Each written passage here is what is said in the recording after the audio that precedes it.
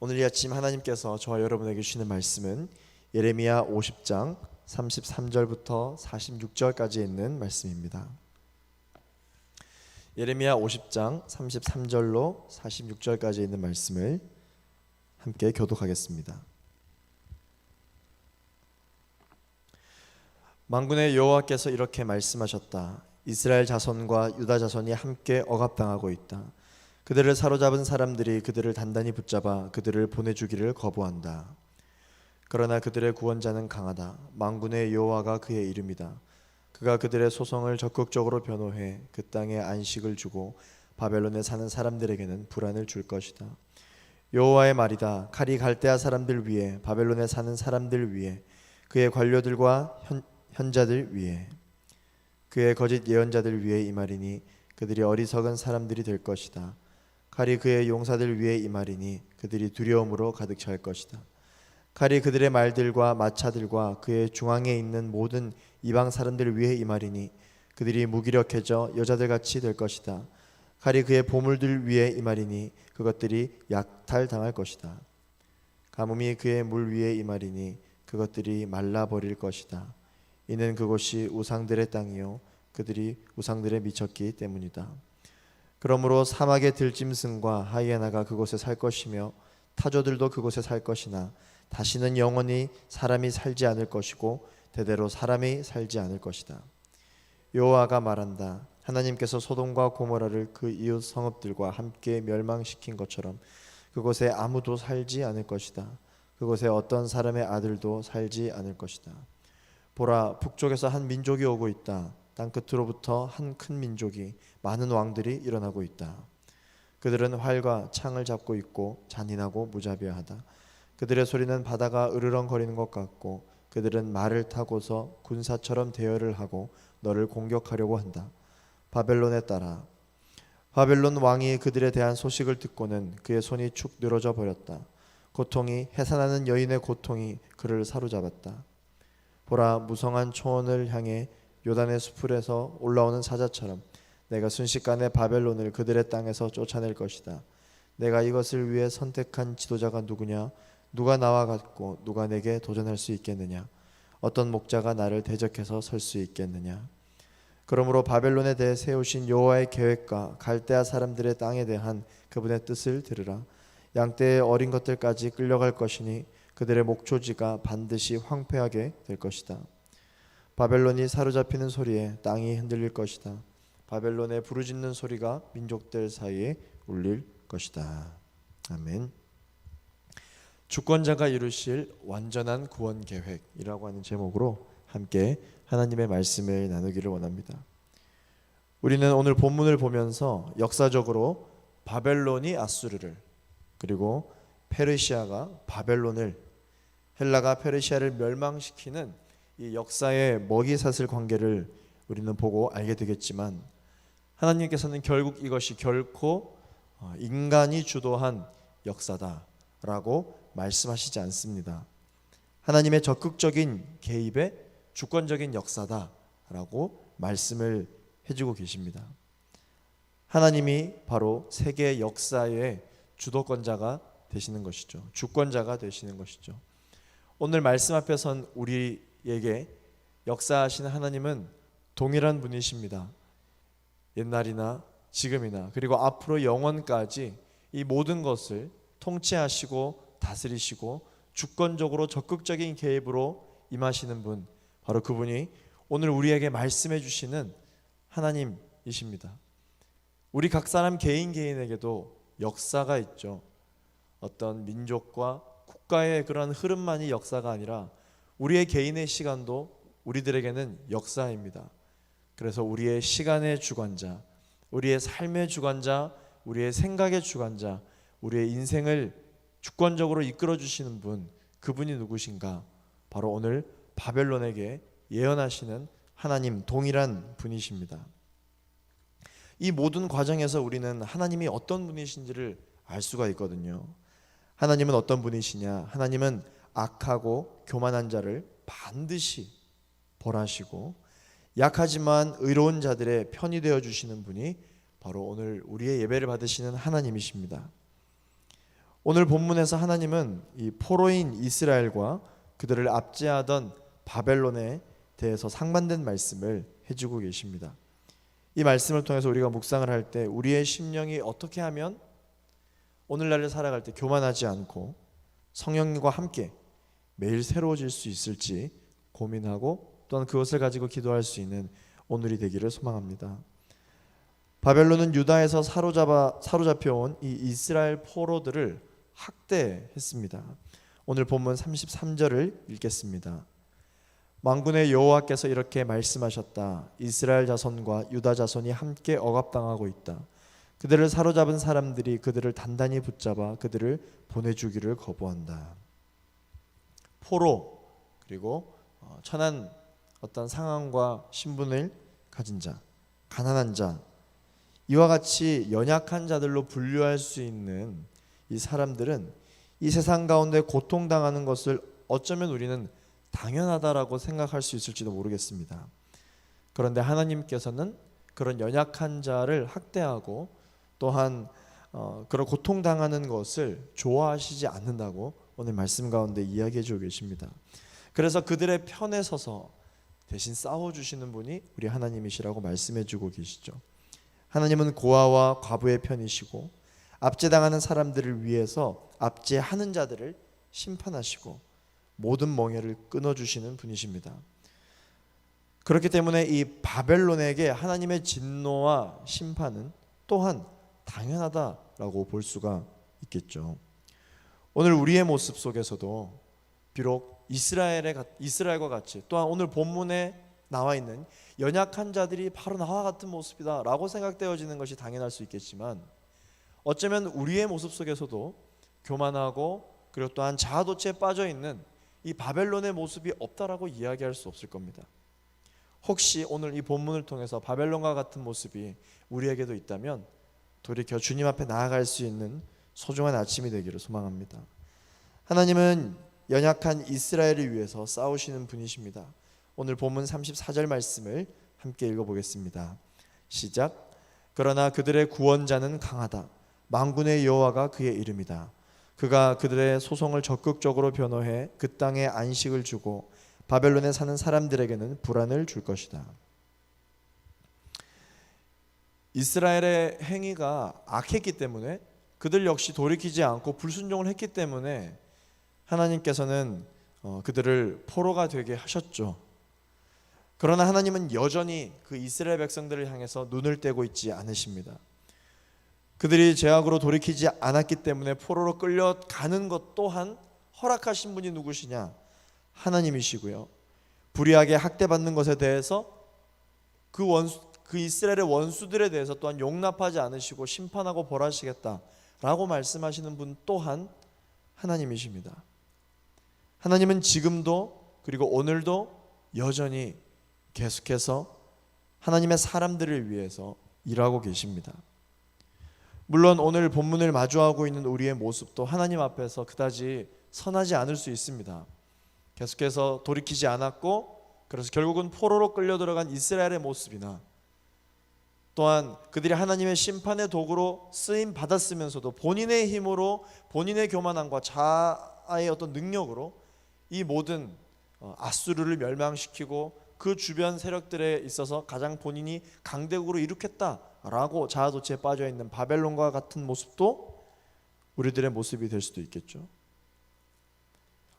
중요한 것은 우리가 그것을 깨닫는 순간 우리가 어떠한 모습이냐가 중요한 것이 아니라 그 모습이 하나님 앞에서 온전치 않다라는 것을 깨닫는 순간 하나님께로 돌이켜서 하나님의 얼굴을 구한다면은 하나님께서는 또한 우리에게 언제 또 심판을 하겠다라고 얘기하신 그런 두려움에 무서운 심판의 하나님이셨냐는 듯이 오늘도 우리를 위해서 다시 한 번 더 그분은 일어나시고 연약한 우리와 또한 하나님의 얼굴을 구하는 우리를 위해서 대신 싸워주시는 분이시라고 오늘 본문을 통해서 말씀해주고 계십니다.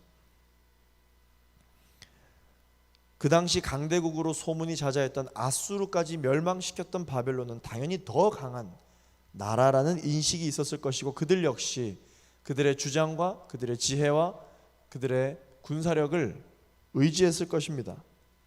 그 어떤 것보다도 강력해 보였던 이 바벨론도 결국은 하나님 앞에서는 무용지물인 모습을 보이게 됩니다. 오늘 본문 36절 말씀을 함께 읽겠습니다. 시작. 그의 거짓 예언자들 위에 임하리니 그들이 어리석은 사람들이 될 것이다. 칼이 그의 용사들 위에 임하리니 그들이 두려움으로 가득 찰 것이다.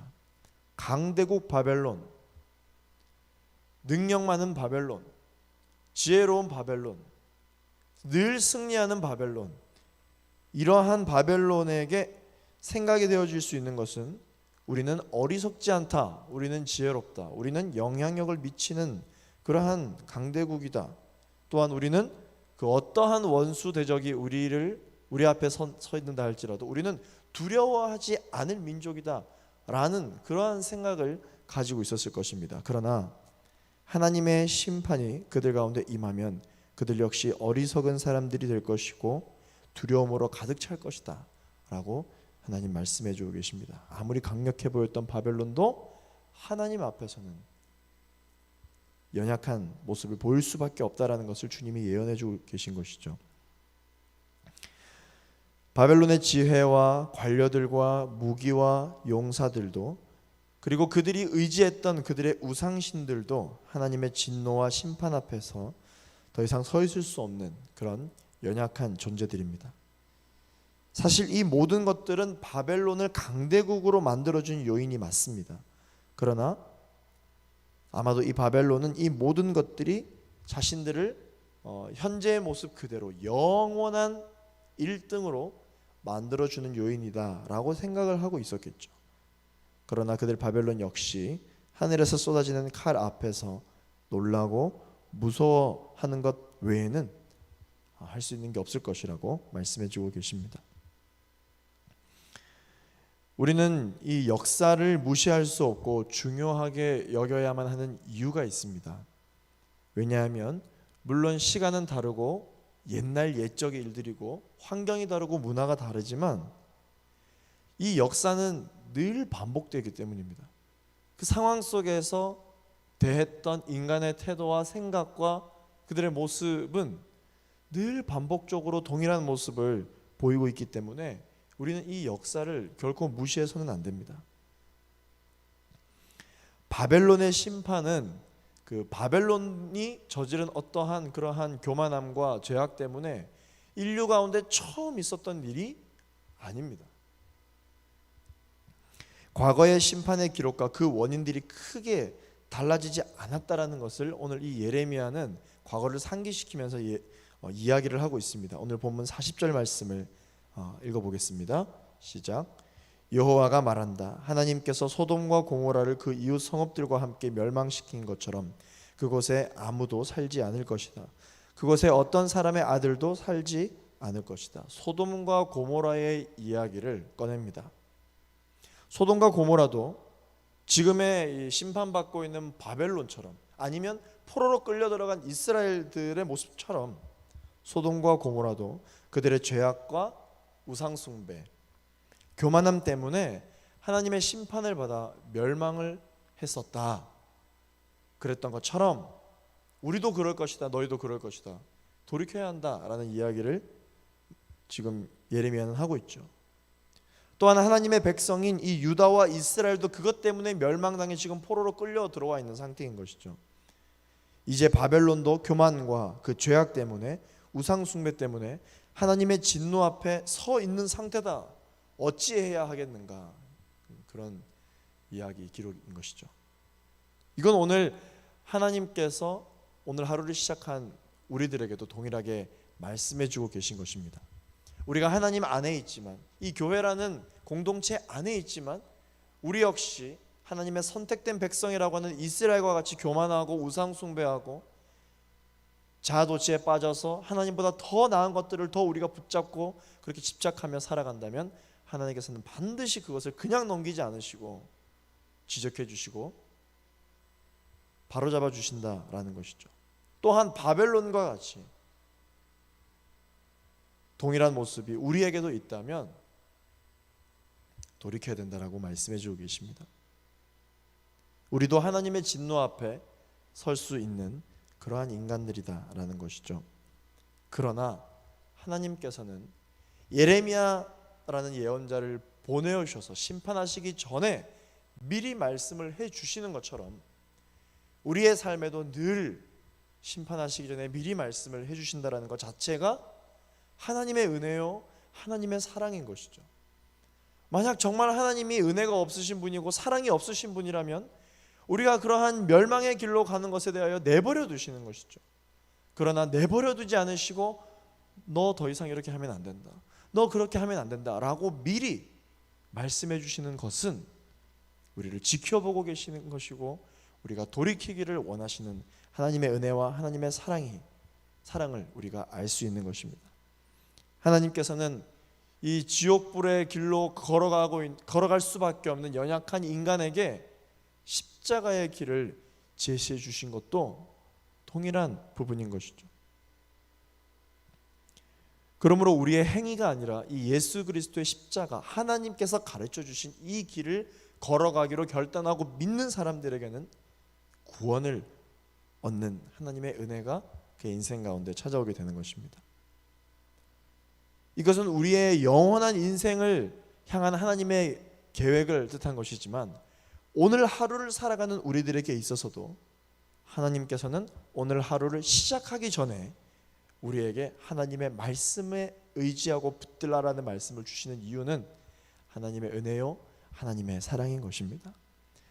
바벨론은 그들이 주었던 공포와 고통을 그대로 돌려받게 될 것이라고 주님 말씀해 주십니다. 43절 말씀을 함께 읽어보겠습니다. 시작. 바벨론 왕이 그들에 대한 소식을 듣고는 그의 손이 축 늘어져 버렸다. 고통이, 해산하는 여인의 고통이 그를 사로잡았다. 우리는 늘 우리를 고통 주는 어떠한 원수들에 대해서만 늘 묵상하고 생각할지 모르겠지만 어쩌면 우리도 누군가에게 고통을 주고 있고 누군가를 압제하는 그러한 사람이 우리가 될 수도 있습니다. 그와 같은 모습이 우리에게 있을 때에는 반드시 우리가 이웃에게 주었던 고통과 우리가 이웃에게 주었던 어떤 공포를 그대로 돌려받게 될 것이다 라고 주님께서 말씀해 주고 계십니다.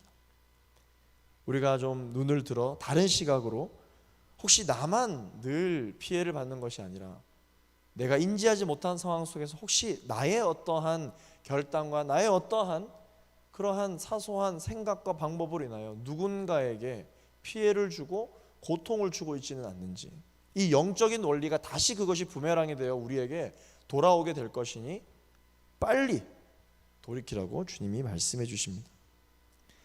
이 바벨론은 하나님의 심판의 도구로 역사 가운데 사용이 되었지만 언제든지 하나님은 이 심판의 도구로 다른 나라를 대체할 수가 있습니다. 페르시아와 또한 여러 민족들도 동일하게 그렇게 사용되었던 것처럼 그렇게 될 수 있는 것이죠. 우리 역시 우리가 가진 것과 우리가 이미 이룬 것들에 대해서 감사하지 못하고 바벨론처럼 이것은 하나님이 하신 일이 아니라 이것은 내가 한 일이야, 하나님이 굳이 내 인생 가운데 없어도 내가 충분히 해낼 수 있었던 일들이야 라고 생각하는 그러한 부분들이 있다면, 또한 하나님 앞에서 우리가 초심을 잃어버린다면, 성령의 새로운 변화에 대해서 하나님의 역사에 대해서 관심이 없다면 우리는 날마다 하나님의 역사에 점점 둔감해질 수밖에 없게 될 것입니다. 성령 하나님은 우리를 늘 새롭게 만들어주시는 분이십니다. 그래서 날마다 모든 상황 가운데 지혜를 주시고 분별력을 주시고 우리를 가르쳐 주시는 분이신 것이죠. 우리는 어쩌면 오늘 아침 우리의 인생에 대한 기도의 제목을 다 가지고 왔지만 어쩌면 그에 대한 해답도 다 가지고 왔을지 모르겠습니다. 그것은 마치 우리가 우리의 인생의 해답을 내 생각과 내 방법대로 다 정해놓고 하나님께 기도하는, 하나님께 아뢰는 모습이 될 수 있겠죠. 그것도 좋죠. 기도를 하지 않는 것보단 낫습니다.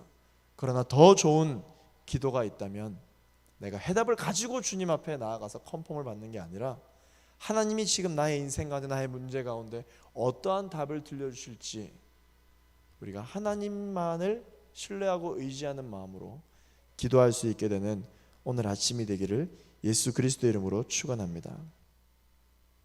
오늘 이 아침 성령 하나님의 인도하심은 우리를 심판과 멸망의 역사에서 벗어나 거룩하게 세우시는 것, 이것이 바로 하나님의 계획하심인 줄로 믿습니다. 말씀을 맺겠습니다. 우리 안에도 바벨론과 같이, 또한 포로된 이스라엘 유다와 같이 죄와 교만이 우리를 패망으로 끌고 갈 수 있습니다. 그러나 우리가 매번 죄악의 모습으로 있으려 하는 것처럼 성령 하나님께서도 매번 우리를 새롭게 하고자 일하고 계신 분이십니다.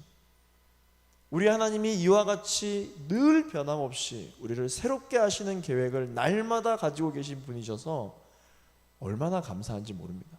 왜냐하면 우리는 늘 변하잖아요. 우리는 늘 어제와 오늘이 다르잖아요. 늘 결단하지만, 늘 새로워지려고 하지만 또 말씀 앞에 서는 우리는 또 다르지 않습니까?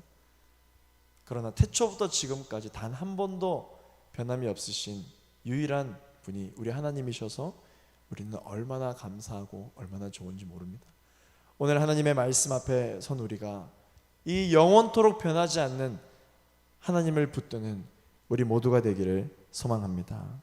사랑하는 성도 여러분, 나의 강함을, 나의 어떠한 위대함을, 내가 이룩해 놓은 이 코로나 상황 가운데서도 한 해 동안 내가 열심히 살아낸 어떠한 그런 행적들을 자랑하려 하기보다는, 그럼에도 불구하고 나의 약함을 통해 역사하시는 이 하나님의 강함을 의지하고 자랑하는 오늘 하루가 되기를 소망합니다. 하나님께서는 그런 결단으로 오늘 하루를 시작하고자 하는 우리 모두를 들어서 강하게 사용하실 줄로 믿습니다.